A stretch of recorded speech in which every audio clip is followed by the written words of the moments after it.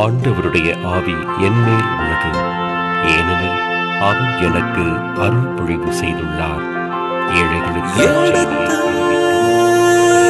வாசி.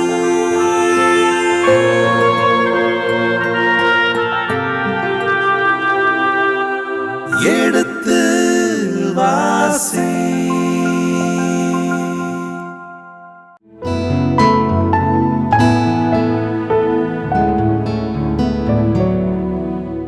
இனி இதயங்களை இதுவரை நாம் குறிப்பேட்டின் 2ஆம் புத்தகத்திற்குண்டான முன்னுரைக்கு சேர்ந்தெடுத்திருக்கின்றோம்.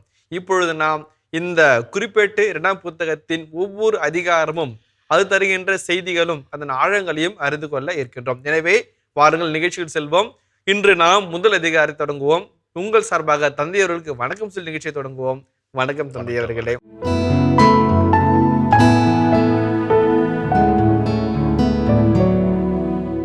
தந்தையவர்களே, முன்னுரையிலேயே ஏற்கனவே நீங்கள் சொல்லியதை போன்று இறையியல் சாவிகள் 6 சாவிகளை கொடுத்திருக்கிறீங்க. ஒவ்வொரு அதிகாரத்துக்கும் 6 சாவியும் பொருந்தும் போல இருக்கிறது. அதான் என்னுடைய வாசிக்கின்ற பொழுது அவ்வளவு அருமையாக இருக்கின்றது. இந்த 6 சாவியும் போட்டு ஒன்னும் திறந்தோம்னா எவ்வளவு நேரம் பேச வேண்டியிருக்குன்னு தெரியலீங்களே. அதனால தந்தையவர்களே, நான் 6 சாவியும் ஞாபகம் வச்சுக்கிட்டேன். உங்களை விட போறது கிடையாது. நீங்க தான் சொல்லி ஆகணும் சாமி. இல்ல, இந்த முதல் அதிகாரத்துல அழகான ஒரு அதிகாரம் சாமி. 1ஆம் அரசர்கள் புத்தகத்துல அழகா பாக்குறோம். அந்த சாலமோன் ஞானத்தை கேட்கறது அழகா பாக்குறோம். அந்த ஞானம் கேட்கிறப்போ அந்த தியோபெனி, அந்த இறை கடவுள் மேகத்தில் இறங்கி வந்து அங்க அமர்ந்து அந்த ஒரு அழகான உரையாடல் எல்லாம் சொல்றாங்க. ஆனா சுருங்க சொல்றாங்க, வேற மாதிரி சொல்றாங்க. இந்த முதல் அதிகாரம் அழகா இருக்கு தந்தையவர்களே. சோ சொன்னது வேறு மாதிரி சொன்னது, சுருங்க சொன்னது, இறையியல் கருத்துகள் எல்லாவற்றையும் தங்களிலிருந்து கேட்டு அறிந்து கொள்ள ஆர்வமா இருக்கிற தந்தை அவர்களே. நன்றி. அழகான ஒரு முன்னுரை சொன்னீங்க. அதே மாதிரி சாவிகள் உங்கள் கையில் இருக்குது. நான் தப்பா போட்டு திறந்தனா கூட நீங்க கரெக்ட் பண்ணிடுங்க. இப்போ சாலமோன் ஞானத்திற்காக மன்றாடுதல் அதான் தலைப்பாக இருக்கிறது. ஆனா இப்போ எப்பயுமே தமிழ் ஒரு ஃபில்ம் எடுக்கிறோம் அப்படின்னு வச்சுக்க, ஒரு ஃபில்ம் எடுத்தோம்னாக்க குறும்படமோ நெடும்படமோ அல்லது திரைப்படமோ எடுத்தோம்னாக்க ஒரு தலைப்பு வைப்பாங்க. அந்த தலைப்பு படத்தின் முழுமையும் பற்றியும் சொல்வதாகவும் இருக்க வேண்டும். அந்த படத்தில் என்ன இருக்கிறது என்பதை தேடி கண்டுபிடிக்க வேண்டியதாகவும் இருக்க வேண்டும். அப்படிதான் இருக்க வேண்டும், இல்லைங்களா? அந்த வகையில பார்க்கின்ற பொழுது அது என்ன மாதிரி படம் பேர் வச்சாலுமே கூட நம்மளை பார்க்க தூண்ட, பார்க்க ஈர்க்க கூடிய ஒரு ஒன்றாக இருக்க வேண்டும். அந்த வகையில பார்க்கும்போது இந்த முதல் வசனத்தை வாசிக்கிறேன். தாவீதின் மகன் சாலமோன் தம் ஆட்சியை உறுதியாக நிலைநாட்டினார். அவருடைய கடவுளாகிய ஆண்டவர் அவரோடு இருந்து அவரை மேன்மை மிக்கவர் ஆக்கினார். பாருங்க, அதுல முடிஞ்சிருச்சு, அவ்வளவுதான். இந்த புத்தகம் அடுத்து 1:1 31 வரைக்கும் சாலமோனுடைய ஆட்சி காலம். 9 அதிகாரங்களை சாலமோனுக்கு ஒதுக்குகின்றார் ஆசிரியர். 9 அதிகாரங்களை ஒதுக்குற ஆசிரியர் இந்த ஒற்றை வசனத்துல அப்படி 9 அதிகாரத்தை நச்சுன்னு அப்படி நிறுத்துறாரு. இதான் பார்க்க போறது அப்படின்னு சொல்லிட்டு அதுல முதல் பாருங்க, தாவீதின் அரசன் அந்த மகன் சாலமோன் தம் ஆட்சி உறுதியாக நிலைநாட்டினார். ஸ்டேபிள் அவ்வளோ அழகா, ஸ்ட்ராங்கா, உறுதியா, வலிமையா, வல்லமையா, சக்தியா ஒரு அரசாட்சி உருவாக்கினார் ஆண்டவர் என்று சொல்கிறார். ஏன்னா அதுக்கப்புறம் அது பிரிய போகுது, நீங்க சொல்லல, பிரிய போகுது, உடைய போகுது, சிதற போகுது, சிந்தாமணி ஆக போகுது, அது சொல்லாம இந்த இடத்துல வலிமையாக ஆண்டவர் உருவாக்கினார் என்று சொல்லுகின்றார். அவருடைய கடவுளாகிய ஆண்டவர் அவரோடு இருந்து அவரை மேன்மை மிக்கவர் ஆக்கினார். தாவீதினுடைய மகனாகிய சாலமோன் மேன்மை மிக்கவனாய் மாறியது தாவீதினால் அல்ல, தாவீதினுடைய ஆட்சியினால் அல்ல, தாவீதினுடைய உதவி தயவினால் அல்ல. ஆண்டவர் அவரோடு இருந்தார், ஆகவே அவர் அவரை மேன்மைப்படுத்தினார். இப்ப நம்ம ஒருத்தர் மேன்மைப்படுத்துறதும் கீழ்மைப்படுத்துறதும் குறிப்பிட்ட ஆசிரியருடைய கண்ணின் முன்பாக ஆண்டவர் தான். மனிதர் நமக்கு உதவி செய்யலாம், மனிதர் நமக்கு ஒத்தாசை செய்யலாம், ஆனால் நாம் மேன்மை மிக்கவராகவும் கீழ்மை மிக்கவராகவும் மாற்றக்கூடிய வல்லமை ஆண்டவரிடமிருந்து தான் வருகிறது. தாவீதினுடைய மகனாகிய சாலமோன் ஒரு வலிமையான ஆட்சி ஆண்டவரின் பெயரால் உருவாக்கினார். ஆண்டவர் அவரோடு இருந்து தயவு காட்டி அவரை மேன்மை மிக்கவராய் மாற்றினார். ரொம்ப எவ்வளவு அழகான ஒரு டைட்டில் பாருங்க.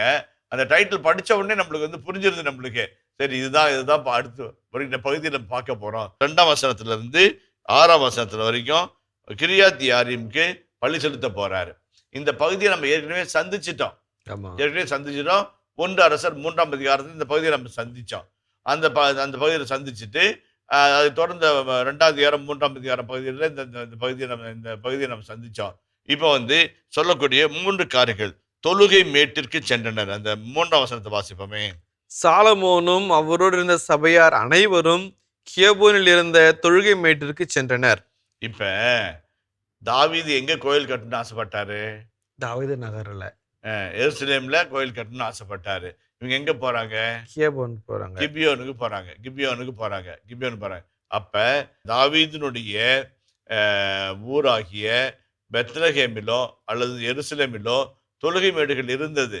ஆனாலும் கிபியோனுக்கு போறாங்க அப்படின்னாக்க அதுல வந்து ஒரு பொலிட்டிக்கல் ரீசன் இருக்குது. கிபியோன் என்பது மிக முக்கியமான ஒரு தொழுகை மேடு, மிக முக்கியமான ஒரு சாங்சுவரி. அந்த சாங்சுவரிக்கு அவங்க அங்க போறாங்க. தொழுகை மேடு என்றால் என்ன சாமி? High mountain. அதாவது பாமோத் என்று இப்ரேய மொழியில வார்த்தை சொல்லுவாங்க. அந்த பாமோத் என்று சொன்னால் சற்று உயரமான தொழுகைக்கான மேடுகள். அந்த மேடுகளின் மேலே பீடத்தின் மேலே பள்ளி ஒப்பு கொடுப்பது, அந்த பீடத்திற்கு முன்பாக குரு நிற்பது, இதுதான் வந்து பாமோத் என்று சொல்வார்கள். இந்த தொழுகை மேடுகள் பாகால் கடவுளிடமிருந்து பெற்றுக்கொண்ட பழக்க வழக்கம் என்று ஒரு சிலர் வாதாடுவார்கள். எப்படி இருந்தாலும் 1 சாமுவேல் 9ஆம் அதிகாரத்திலே தொழுகை மேட்டிலிருந்து வழி செலுத்திவிட்டு மலையிலிருந்து கீழே இறங்கி வந்த இறைவாக்குடைய கூட்டத்தை சவுல் சந்திக்கிறதாக காட்சி இருக்கின்றது. அவர்களிடம் உரையாடுவதாகவும் காட்சி இருக்கிறது. தொழுகை மேடுகள் என்பது இஸ்ரேல் நாட்டிலே பல இடங்கள் இருக்கிறது. இப்ப கிபியோன் இருக்கிற தொழுகை மேட்டிற்குள்ளாக போகின்றார். அங்கே பள்ளி செலுத்துகின்றார். அதுல பாருங்களேன், 5ஆம் வசனத்தை வாசிங்களேன். ஆனால் கூரின் பேரனும் ஊரியின் மகனுமான பெர்சலேல் செய்த வெண்கல பலிப்பீடம் கிபியோனில் ஆண்டவரின் திருவுடவத்திற்கு முன் இருந்தது. சாலமோனும் சபையாரும் அங்கே வழிபாடு நடத்த சென்றனர். சாலமோன் சந்திப்பு கூடாரத்திற்கு முன்பாக ஆண்டவர் திருமுன் அமைந்திருந்த வெண்கல பலிப்பீடத்திற்கு ஏறி சென்று அதன் மேல் 1000 எலிபலிகளை செலுத்தினார். ஆமா, இப்ப பலிகளிலே சிறந்த பலி எரிபலி, ஹோலோகாஸ்ட் என்று சொல்வார்கள். அந்த எரிபலிகளிலே இந்த ஓலா என்று சொல்வார்கள் எபிரேய மொழியில. எவ்வளவு எரிபலி செலுத்துறாரு? 1000 எரிபலிகள் செலுத்துகிறார். அப்படின்னா அரச பலி செலுத்துகிறார். Very majestic and gigantic sacrifice to god அப்படின்னு சொல்லி நம்ம அதை பார்க்கிறோம். அந்த வகையில் மிகப்பெரிய ஒரு பலியை அவர் செலுத்துகின்றார். செலுத்திட்டு வெண்கல பீடம் பாருங்களேன். வெண்கல பீடம் செய்யணும்னாக்க நிறைய செலவாகும். அரசரை சார்ந்தவர்கள் உள்ளிட்டவர்களுடைய இடத்தில் மட்டும்தான் அப்படிப்பட்ட பீடங்கள் இருக்கும். அந்த இதில் செய்கின்றார். அது முடிந்த பிறகு நாம் வந்து ஏற்கனவே நாம் 1 சாமுவேல் 3ஆம் அதிகாரத்தில் சந்திக்கின்ற ஒரு கனவு காட்சியை நாம் காண்கின்றோம். கனவுலே இப்போ இந்த கனவு என்று சொல்லும் போது ஹலோம் என்று ஒரு எபிரேய சொல் இருக்கிறது. ஹலோம் என்றால் ட்ரீம் என்று சொல்வார்கள். ஹலோமோத் என்று ஒருமை பன்மையில சொல்வார்கள். ஹலோமோத் பாகால் அலமோத் என்று சொல்வார்கள். அப்படி சொல்லும்போது ட்ரீம் மாஸ்டர் என்று சொல்வார்கள். யார் அந்த ட்ரீம் மாஸ்டர்? பழைய ஏற்பாட்டுல ஜோசப் ட்ரீம் மாஸ்டர். அவர் வந்து இதோ கனவுகளின் தலைவன் வருகிறார், பாகால் அலமோத் என்று. இப்ப எதுக்கு நம்ம கனவு ஒரு குறிப்பிட்டு சொல்லணும்னாக்க 3 வழியில கடவுள் பேசுவார். இறைவாக்குகள் வழியாக, கனவுகள் வழியாக, காட்சிகள் வழியாக. கடவுள் பேசுகின்ற தன்மை பழைய ஏற்பாட்டுல 3 நிலைகள் வழியாக. இறைவாக்காக, thus says the Lord, ஆண்டவர் இவ்வாறு சொல்லுகிறார் என்கின்ற முறையில இறைவாக்குகள் வழியாக வந்து காட்சிகள் வழியாக. ஏசாயா 6ஆம் அதிகாரத்துல இதோ நான் விண்ணகத்தை நோக்கி பார்த்தேன், கூடாரம் தெரிந்தது, அந்த பகல். அது இன்னொன்று வந்து கனவுகள் வழியாக பேசுகின்றார். இப்ப இந்த இடத்துல சாலமோனுக்கு கனவுகளின் வழியாக பேசுகின்றார். அப்ப வந்து கேளுங்களேன். அந்த கேளுங்களேன். அன்றிரவு கடவுள் சாலமோனுக்கு தோன்றி, உனக்கு என்ன வரம் வேண்டும் கேள் என்று கூறினார். அதற்கு சாலமோன் கடவுளை நோக்கி, என் தந்தை தாவீதுக்கு நீர் மிகுந்த பேரன்பு காட்டினீர். அவருக்கு பின் நீர் என்னை அரியணையில் அமர்த்தி இருக்கிறீர். கடவுளாகிய ஆண்டவரே, என் தந்தை தாவீதுக்கு நீர் அளித்த வாக்குறுதியை இப்பொழுது நிறைவேற்றுமாறு வேண்டுகிறேன். ஏனெனில் நிலத்தின் மணல் போன்ற எண்ணற்ற மக்களுக்கு நீர் என்னை அரசனாக்கினீர். எனவே நான் இம்மக்களை நன்கு அரசாள்வதற்கு வேண்டிய ஞானத்தையும் அறிவையும் எனக்கு அளித்தருளும். ஏனெனில் கணக்கற்ற மக்களுக்கு நீதி வழங்க யாரால் முடியும் என்றார். 2 செய்திகள் உண்டு இருக்கு இந்த அந்த இந்த அந்த நிகழ்வுல இருக்கிறது. ஒன்று வந்து கடவுள் ஒரு கேள்வி கேட்கிறார். என்ன வேண்டுமானாலும் கேள், எது வேண்டுமானாலும் கேள், எவ்வளவு வேண்டுமானாலும் கேள் என்பதை உள்ளடக்கியது போல என்ன வரம் கேள் என்று சொல்கின்றார். அந்த வகையில பார்க்கும்போது என்ன என்னால் இல்லாத கொடுக்க முடியாதுன்னு கேட்ட போற என்கின்ற ஒரு அற்புதமான ஒரு செய்தியை உள்தாங்கி வருகிறது. அந்த வகையிலே பார்க்கின்ற பொழுது நிறைவு, வளமை, செழுமை அனைத்திற்கும் ஊற்றான ஆண்டவர் அந்த கேள்வியை கேட்கின்றார். அந்த கேள்வியினுடைய விடையையும் வந்து தருவதற்கு நான் தயாராக இருக்கிறேன் என்று கடவுள் சொல்லுகின்றார். முதலாவது. இரண்டாவது, சாலமோன் பதில் சொல்லுகின்றார். கடவுள் என்னவெல்லாம் கேட்கலாம்னு சொன்ன உடனே கேட்டுக்கலாம். நானாந்தாக்க ஆண்டவரே ஒரு 300 கிலோ தங்கத்தை கொடுங்க, ஒரு 500 கிலோ வெள்ளியை கொடுங்க, ஒரு 1000 கிலோ நிலத்தை கொடுங்க, அப்படி கேட்டுக்கலாம். ஆனா அவரு மிக அழகாரு, ரொம்ப அழகா சொல்றாரு. நீர் தந்தை தாவீதிற்கு மிகுந்த பேரன்பு காட்டினீர். என் தந்தை தாவீதுக்கு பேரன்பு காட்டினீர். அவருக்கு பின் என்னை நீர் அரசனாக்கினீர். ஏன்னா குறிப்பிட்ட ஆசிரியர் வந்து தாவீது ராஜாவுக்கு பின் நடந்த வாரிசு உரிமை போட்டிகளையும் பொறாமைகளையும் பூசல்களையும் சொல்லவே இல்லை. நேரடியாக சாலமோன் அரசரானார் என்று சொல்லும்போது ஆசிரியத்தில் அவர் சுட்டி காட்டுகின்றார்.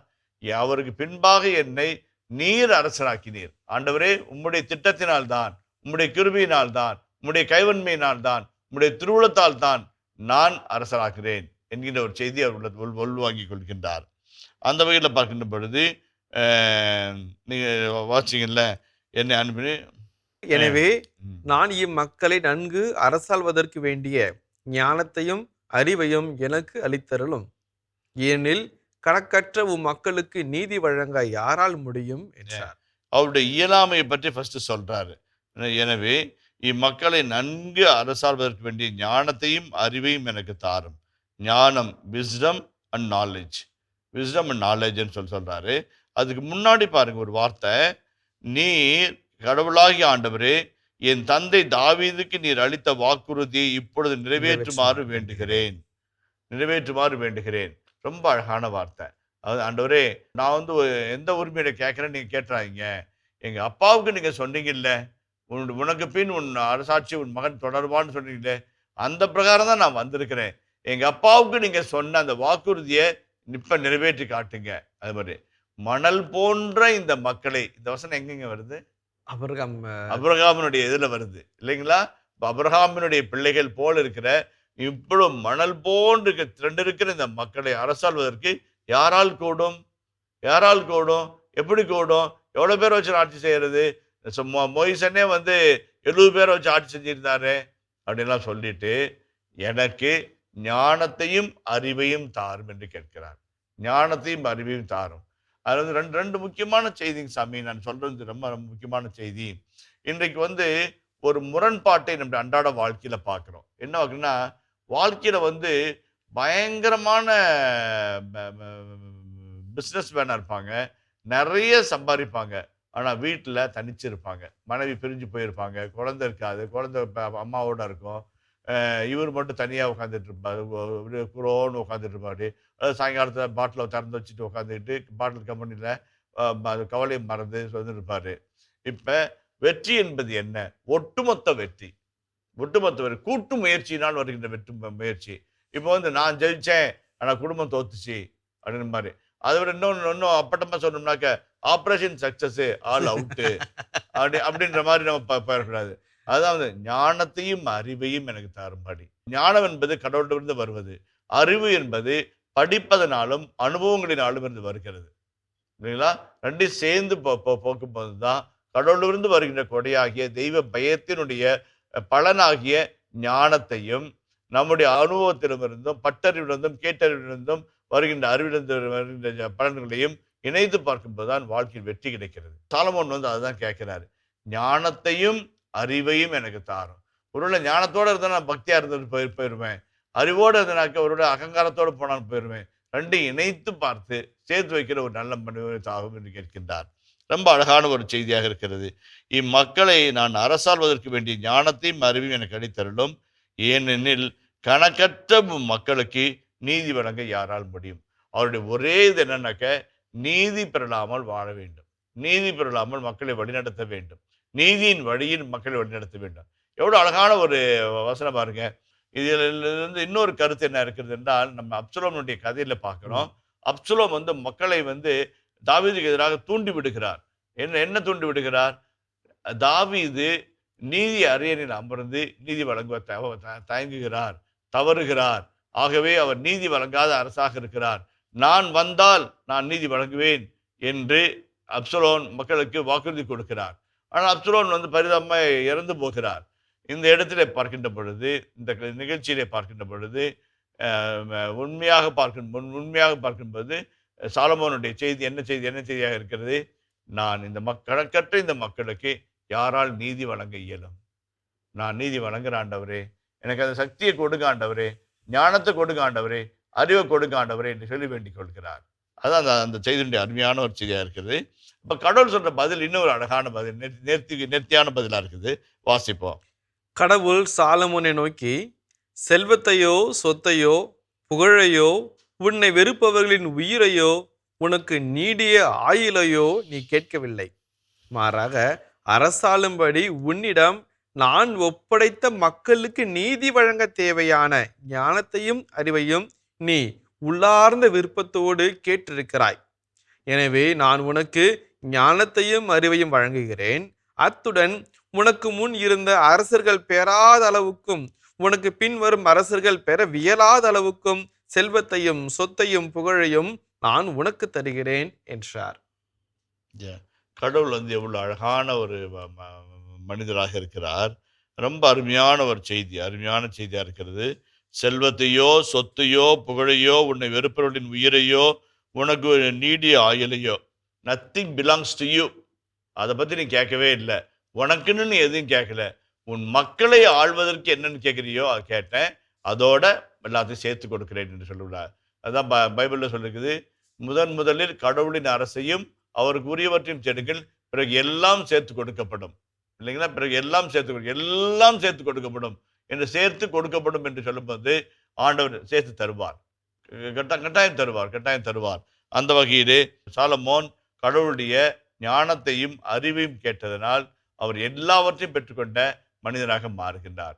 இப்பதான் நம்ம பார்க்கிறோம், கடவுள் அவரோடு இருந்து அவரை மேன்மை மிக்கவர் ஆக்கினார். இந்த இடத்துல ஒரே ஒரு சின்ன செய்தி சொல்ல ஆசைப்படுறேன். அதாவது 1 அரசர் 3ஆம் அதிகாரத்திலே நாம் பார்க்கின்ற பொழுது இந்த நிகழ்ச்சியை தொடர்ந்து என்ன வருகிறது என்றால், 2 பெண்கள் ஒரு குழந்தையை கொண்டு வந்து தீர்ப்பு வழங்க வேண்டும் என்று கேட்பார்கள். சாலமோன் அரசர் சரியான தீர்ப்பை வழங்கி அவருடைய ஞானத்தை வெளிப்படுத்துவார். கடவுளிடமிருந்து கேட்டார், கடவுள் கொடுத்தார், அந்த கொடுத்ததை செயல்படுத்துகிறார் என்ற வண்ணமாக வரலாற்று நூலாசிரியர்கள் குறிப்பிடுவார்கள். ஆனால் இந்த இடத்திலே அந்த பகுதியானது தவிர்க்கப்பட்டிருக்கிறது. அடுத்த பகுதிக்காக நாம் கடந்து செல்கின்றோம். அது சாலமோனின் ஆற்றலும் செல்வமும். அது எங்கே இருந்து வருகிறது? 1 அரசர் 10ஆம் அதிகாரம் 26-21 வரைக்கும். இப்ப சாலமோனுடைய ஞானம்னா எங்க இருக்குது? எப்படி இந்த ஞானத்துடைய பலன் என்ன அப்படின்னு பார்த்தோம்னாக்க, இந்த ஆள் இவ்வளோ ஞானம், இவ்வளோ அறிவு இருந்ததுனால எவ்வளவு செல்வம், எவ்வளவு செல்வாக்கு, எவ்வளவு பேராண்மை அவருக்கு இருந்துச்சு. அப்பா உண்மையிலேயே கடவுளுடைய கிருபை அவரோடு இருந்துச்சுப்பா என்று சொல்லத்தக்க வகையிலே சாலமோனை கடவுள் உயர்த்துகின்றார். அந்த பகுதியில் அடுத்த பகுதியில வாசிக்க இருக்கிறோம். தந்தை அவர்களே, இந்த பகுதி கடந்து செல்வதற்கு முன்பாக இந்த theology of wisdom, theology of knowledge, அப்புறம் தியாலஜி ஆஃப் ஹம்பிளிங் ஹிம்செல்ஃப், தன்னைத்தானே தாழ்த்துவது, அதே போன்று இந்த theology of kingship, theology of worship, இவைகள் எல்லாமே இங்கே சொல்லாமலேயே சொல்லப்பட்டு கொண்டே வந்ததை பார்க்கின்றோம். அரசனாக இருந்த பொழுதும் சரி, சாலமோன் தன்னை தாழ்த்துவதை, நீர் எனக்கு வழங்கிய அரசாட்சி, தன்னை தாழ்த்தி, நீங்க கடவுள், நீங்க தான் எனக்கு இந்த அரசாட்சி கொடுத்துருக்கீங்க, நானா வந்து இல்லை, எங்க அப்பாவுடைய மெரிட்டை நான் வரல, நீங்க தான் கொடுத்துருக்கீங்கன்னு சொல்லி தன்னை தாழ்த்துகின்ற அந்த தாழ்ச்சிங்கிற இறையியல். அதற்கடுத்து அரசாட்சிங்கிற இறையியல். அரசாட்சி கடவுளுக்கு உண்டானது, மக்கள் கடவுளுக்கு உண்டானவர், நிலம் கடவுளுக்கு உண்டானது என்கிற ஒரு இறையியல். அதோடு சேர்ந்து நான் எதுவாக இருந்தாலுமே சரி, முதலில் நீ இஸ்ரேலின் சாதாரண பிரஜை என்று சொல்வதை போன்று அவர்கள் அங்கே வேண்டுதலுக்கு பலியிட சென்றிருக்கிறார்கள். ஸோ பலியிட ஒவ்வொரு இஸ்ரேல் பிரஜையும் பலியிட வேண்டும். எனவே தியாலஜி ஆஃப் வர்ஷிப் இப்படியாக ஒவ்வொன்றுமே அவர் சொல்லாமலேயே இறையியல் கருத்துக்களை சிறுகிக் கொண்டே வந்து கொண்டிருப்பதை இந்த முதல் பகுதியில பார்க்கிறோம் தந்தை அவர்களே. அதோடு இல்லாம எல்லாருடைய கனவும் இதுதான்.